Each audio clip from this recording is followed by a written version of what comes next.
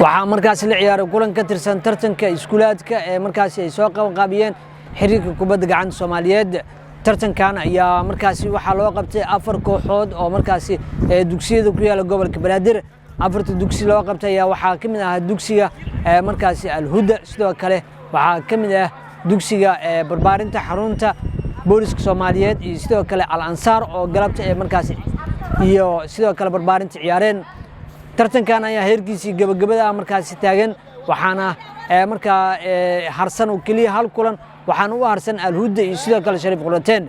Al-Huda haddii ay biri badiso waxa ay heli doontaa hanashada koobka iskuulaadka, haddii laakiin markaas laga badiyo ay dhibaato kale ku noqon doontaa oo ay markaas kulan ciyaar dheeri ay aadi doonaan. waana tartan aad u xiiso badan.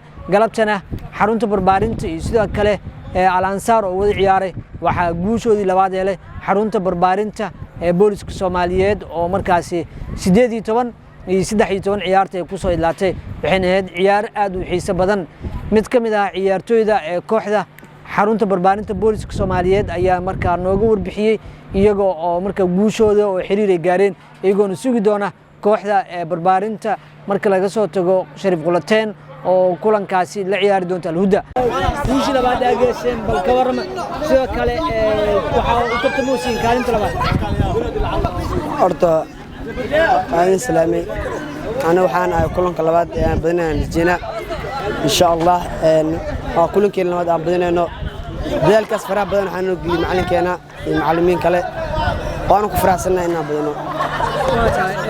tartankan maxaa ka faa'iideen mudooyinka ciyaarayseen? tartanka horta waxa laga faa'iido waxyaabo badan, waxaan kamid ah dadka macnaa in la qabsado sida banooni dhiilayeen sida boosaskooda la kala fiiriyo. hadda kaalinta labaad gasheen wili, laakiin rajadiina maxama haddii Sharif Qulateen laga badiyo kaalinta labaad galisay, haddii laakiin ayaga soo badiyaan kulan kale ku noqoshaa ciyaaraysiin, maxaa rajaynaysaa marka? kulankaas labaad waxaan rajaynayaa inaan ka badin doono insha Allah. haddii Al-Huda laga adkaado waxaa kaalinta labaad gali doona dugsiga barbaarinta booliska Soomaaliyeed. Guuleed Cali Cismaan, Helan TV, Muqdisho.